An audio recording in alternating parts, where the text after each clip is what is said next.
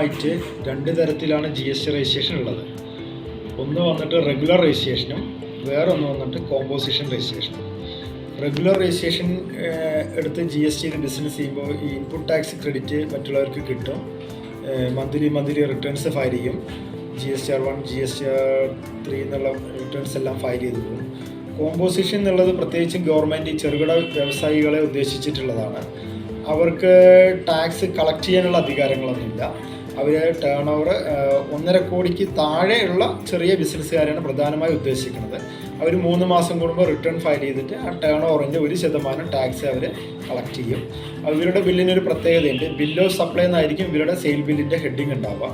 മറ്റേ റെഗുലർ ആകുമ്പോൾ അതിന് ടാക്സ് ഇൻവോയ്സ് എന്നുള്ള പേരിലായിരിക്കും അതിൻ്റെ ബില്ലിൻ്റെ ഹെഡിങ് ഉണ്ടാവുക.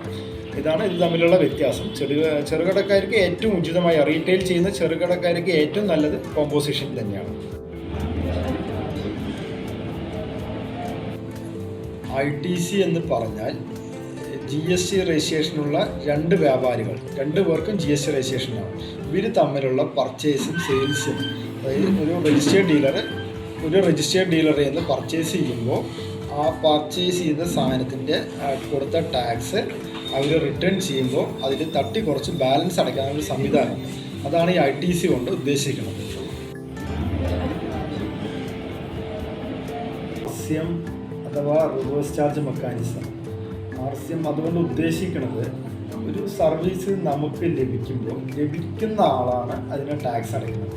ഒരു ഉദാഹരണം പറയുകയാണെങ്കിൽ ഇപ്പോൾ ട്രാൻസ്പോർട്ട് ഏജൻസീസിൽ നിന്ന് ഒരു രജിസ്റ്റേർഡ് ഡീലർക്ക് അവരുടെ സേവനം ലഭിക്കുമ്പോൾ ട്രാൻസ്പോർട്ട് ഏജൻസി ടാക്സ് അടയ്ക്കില്ല. അവരുടെ റിട്ടേണിൽ റിവേഴ്സ് ചാർജ് മെക്കാനിസം സെലക്ട് ചെയ്ത് വിട്ടാൽ ഈ ഗുഡ്സ് റിസീവ് ചെയ്ത ആ രജിസ്റ്റേർഡ് ഡീലറാണ് അവർ GST റിട്ടേൺ ഫയൽ ചെയ്യുമ്പോൾ റിവേഴ്സ് ചാർജ് അടയ്ക്കേണ്ടത്. പിന്നെ വേറൊരു രീതിയിൽ പറയുകയാണെങ്കിൽ അൺരജിസ്റ്റേർഡ് ഡീലേഴ്സിൽ നിന്നുള്ള പർച്ചേസ്, ചില ഐറ്റംസ് മാത്രം, എല്ലാം പറയാൻ പറ്റില്ല, ചില നോട്ടിഫൈഡ് ഗുഡ്സ് മാത്രം രജിസ്റ്റേർഡ് ഡീലർ വാങ്ങുമ്പോൾ, ഉദാഹരണത്തിന് അയൺ സ്ക്രാപ്പ് വാങ്ങിക്കുകയാണെങ്കിൽ ആ രജിസ്റ്റേർഡ് ഡീലറാണ് അതിൻ്റെ GST അടയ്ക്കുക. അടച്ചിട്ട് ഈ റിവേഴ്സ് ചാർജിൻ്റെ ടാക്സും അവർക്ക് തിരിച്ച് ക്രെഡിറ്റ് ആയിട്ട് ഈ ഡീലർക്ക് തന്നെ കിട്ടുകയും ചെയ്യും.